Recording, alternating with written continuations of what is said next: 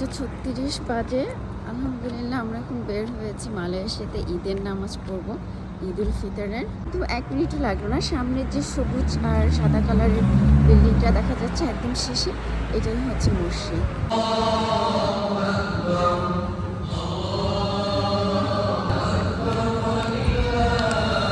সিম্পন্নার মসজিদ আর রহমানে আমরা ঈদের নামাজ আদায় করে এখন বের হচ্ছি। আর এই যে মালয়েশিয়ার ট্র্যাডিশনাল ড্রেস পরা ছেলেরা কোমরের কাছ থেকে একটা বড় রুমাল বেঁধে নিয়েছে। আলহামদুলিল্লাহ নামাজ শেষ করে খুবই সুন্দরভাবে আমরা নামাজ আদায় করলাম।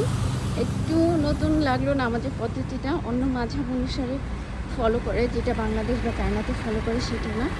তো আলহামদুলিল্লাহ অনেক অনেক খুশি নামাজ আদায় করে। চায়নাতে তো আমরা কখনোই ঈদের ভাইবটা পাই না। মালয়েশিয়াতে এসে ঈদের ভাইব পাচ্ছি। মনে হচ্ছে বাংলাদেশে আছি না মালয়েশিয়াতে আছি বোঝা যাচ্ছে না। ব্রেকফাস্টেও আজকে ঈদের দিনের জন্য প্রচুর আইটেম আছে। খিচুড়ি, পাস্তা, সাদা ভাত, পোলাও আর আমরা সাজিয়ে নিয়েছি আমাদের প্লেটটা। চাইনিজ ব্রেকফাস্ট আইটেমও অনেক বেশি আছে। যেহেতু সিম্পোনাতে চাইনিজদের সংখ্যা অনেক বেশি, এখানে অনেক ঘুরতে আসে, এইজন্য খাবারের কোনো কমতি নেই। এই যে দূর থেকে এই গোল্ডেন কালারের যে 2টি গম্বুজ দেখা যাচ্ছে, সেখানেই ছিল মসজিদ। আমরা এখন